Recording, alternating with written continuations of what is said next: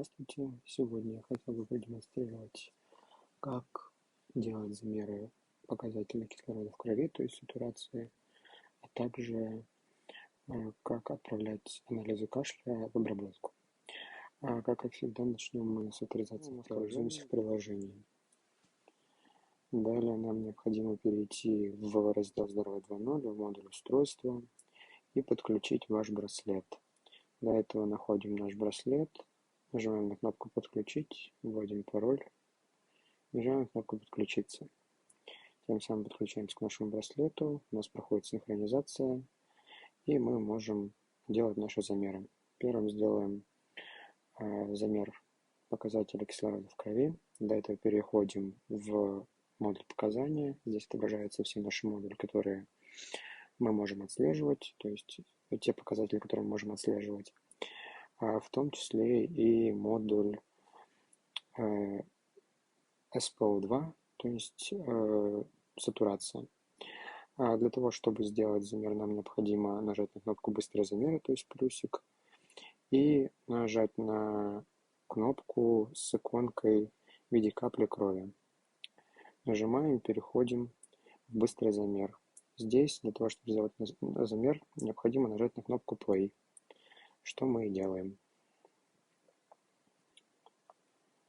Мы можем остановить замер, когда наш показатель кислорода в крови стабилизируется. Сейчас у меня показывает 98%, мы можем подождать пару секунд, когда показатель установится на конкретном значении, и завершить замер. Я думаю, что этого будет достаточно, можем завершить замер. Показатель кислорода в моей крови 99%. Мы можем посмотреть его в статистике. Вот 18:31, показатель нормальный, 99%. Также мы можем посмотреть данный показатель, который только что замерили, непосредственно через раздел «Здоровье 2.0» в модуле «Кислород в крови», SPO2, заходим и также попадаем в статистику. 18:31, 99%. На этом замеры показателей кислорода в крови заканчиваются, то есть на этом все с данным модулем. Далее, я думаю, следует перейти к замерам, точнее к анализам кашля. Чтобы сделать анализ кашля, нам также нужно найти модуль «Кашель» в разделе «Здоровье 2.0», перейти в него. Здесь мы можем видеть те анализы, которые у нас уже завершены, либо которые будут у вас в обработке.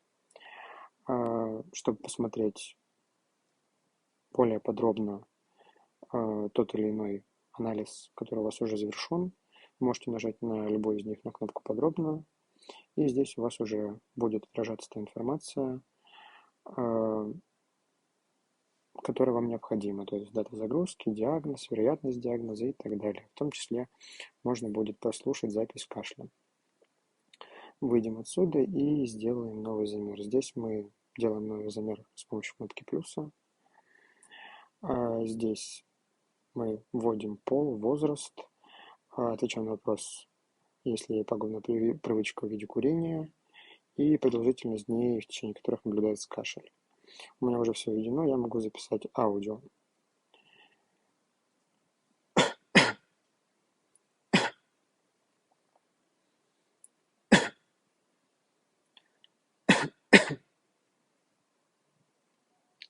Хотел бы отметить, что аудио должно быть не менее 10 секунд, и аудио желательно записывать на небольшом расстоянии от микрофона, но не вплотную, для того, чтобы не было помех в записи. Если будут помехи, то запись может быть не распознана, и у вас просто будет выведена ошибка в результате. Помимо этого, желательно записывать ваш кашель в тихом месте, где не будет посторонних шумов, также чтобы запись была без шумов. И после того, как записан ваш кашель, нужно указать, был ли кашель вызван принудительно. Я отмечаю «Да, принудительный кашель», нажимаю «Далее». У нас появляется сообщение, что кашель отправлен. Отследить мы его можем непосредственно в модуле «Кашель». Переходим в начало. Здесь мы видим как раз-таки все наши результаты. И вот последний, 18:34 записанный, написано в обработке. Также можем зайти в кнопку «Подробно», посмотреть. Здесь у нас номер, дата загрузки и прикрепленный файл, который мы также можем прослушать. Через некоторое время, когда результаты будут обработаны, вам придет уведомление на телефон. Вы сможете посмотреть, пройти в модуль «Кашель» и посмотреть его подробные результаты, как вот, допустим, в уже обработанном анализе. Пока он в обработке, но совсем скоро перейдет в завершенный, и я также смогу посмотреть его подробные результаты. На этом у меня все. Спасибо большое за внимание. Всем удачи.